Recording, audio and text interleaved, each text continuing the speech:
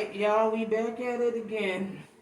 I know it was a little time since the last video, but I gotta tell you, the rice bag stalled out, and I'm new at this, so we gonna walk through this together.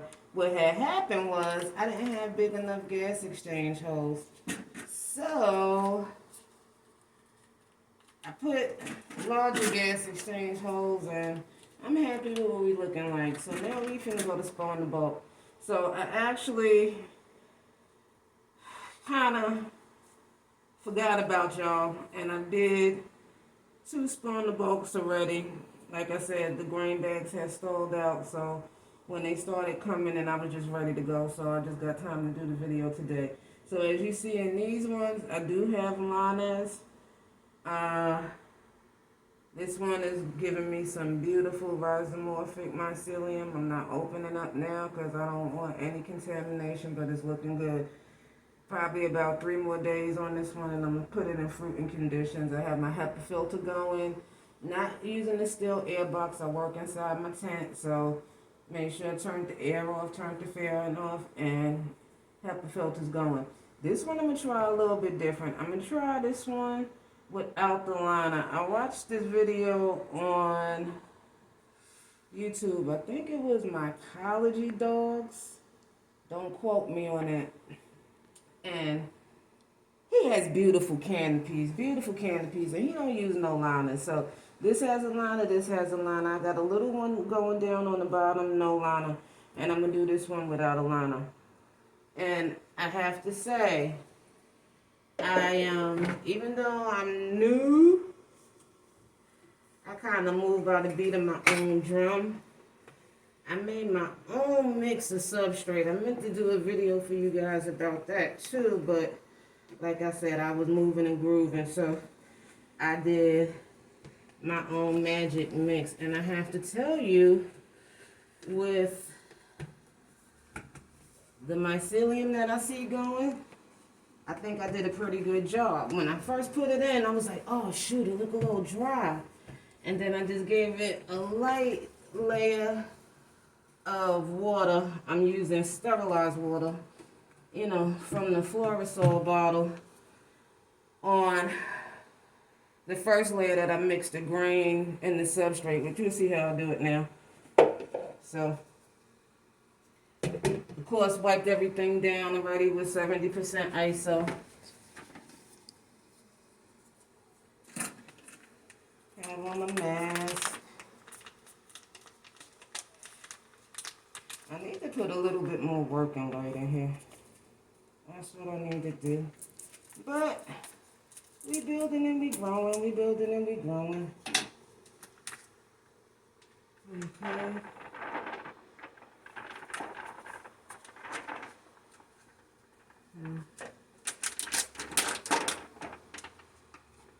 This one bag in.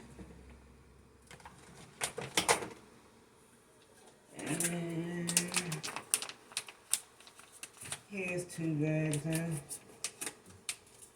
I know some of you might clutch your pearls. I didn't spray and wipe down my scissors before bags.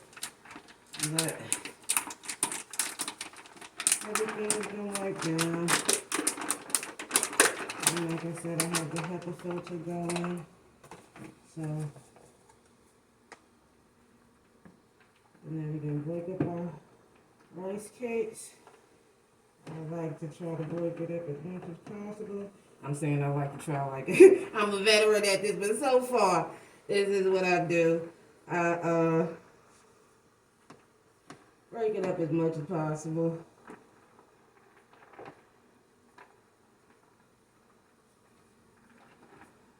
I know one thing though, without the air on, I used this, well, for the purpose of the videos, I have to have it open so somebody can help me record, but usually I create my own steel air box. I zip myself up in here and I work, and honey, it be hot as all get up. Hot as all get up. So I use 2 bags. So I'm going to use 4 substrate, but I'm going to start with 2. Well, actually, I don't think I'm going to use 4. I'm eyeballing it, and I'm a sister girl. That's how we cook. That's how we make things. So I'm going to do it till it's pretty. Make sure you get in the corners. Get everything all nice and mixed in there. Get all of that nice myceliated green mixed in. We're breaking up any substrate. I like to do an outer to inner method. Outer to inner. Breaking up any substrate. Breaking up any substrate. And like I said, according to some of the videos that I've watched, my substrate is a little on the dry side, but it feels good to me. So I don't have a background growing my mushrooms, but I'm pretty good with my plants and the other things that I grow. So like my name say, 3rd-eyeshroomy. I'm just gonna let spirit guide me. And it said that better dry it than moist. So like I said, it actually feels really good. Really good. So I'm happy with how this is mixed. So like I said, being that it feels a little dry to me, well, actually let me do one more nice turn. Get it all nice, make sure it's green throughout. Because like I said in the YouTube video that I saw, the guy who seems to have the best canopies, I'm going by his method. Okay, so what he does with no liner after everything is nice and mixed out is he goes along the edges and gives everything a nice firm press. And make sure it's level and give it a nice firm press. This is to keep from getting them side pains. And then everybody like, well, you need a liner to get a side pain. I mean, to keep from getting side pains, to keep from getting side pains. And again, I'm new, I don't know. And that's what I thought and watching all the videos. And I said, well, hell, let me try it both ways and see. Let's see who's right. But I know one thing that I have decided to do to try to cut back on the contamination is use sterile water. So like I said, to me, my substrate was slightly dry, but like I said, better too dry than moist. So as you see, I did a nice, just light mist with the Florasol. And I've done the same in these ones, and you see the moisture, the condensation still in there. And I haven't had to go by and respray. I just keep the fan going. Our pseudo casing layer. And again, breaking up any substrate, any big bulk. And like I said, this is a mixture, a magic mixture that I have come up with, and I want to see how it does. I've combined, of course, the classic CVG, but I added a few amendments in small amounts. And being that I did add some extra amendments, I cut back on my amount of gypsum that I'm using because I didn't want to make it too rich in nutrients. So, okay, everything is covered. You want to make sure it's even as possible, no humps.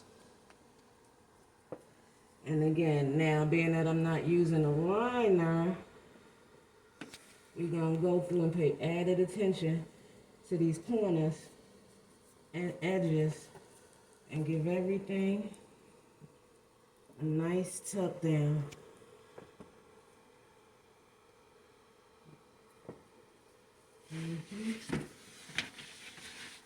Swing around.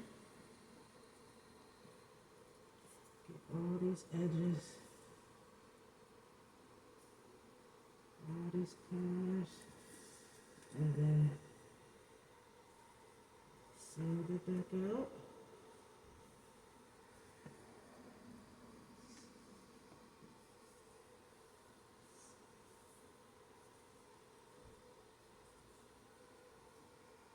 And again.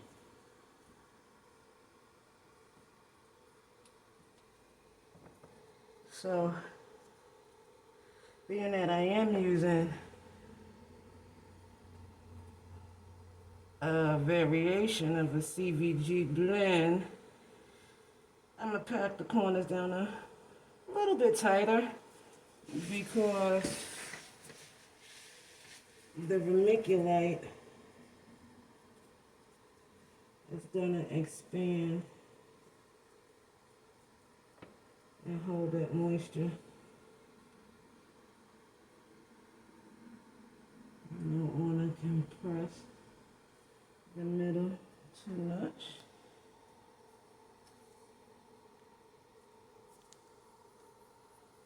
And voila, I'm happy with it. So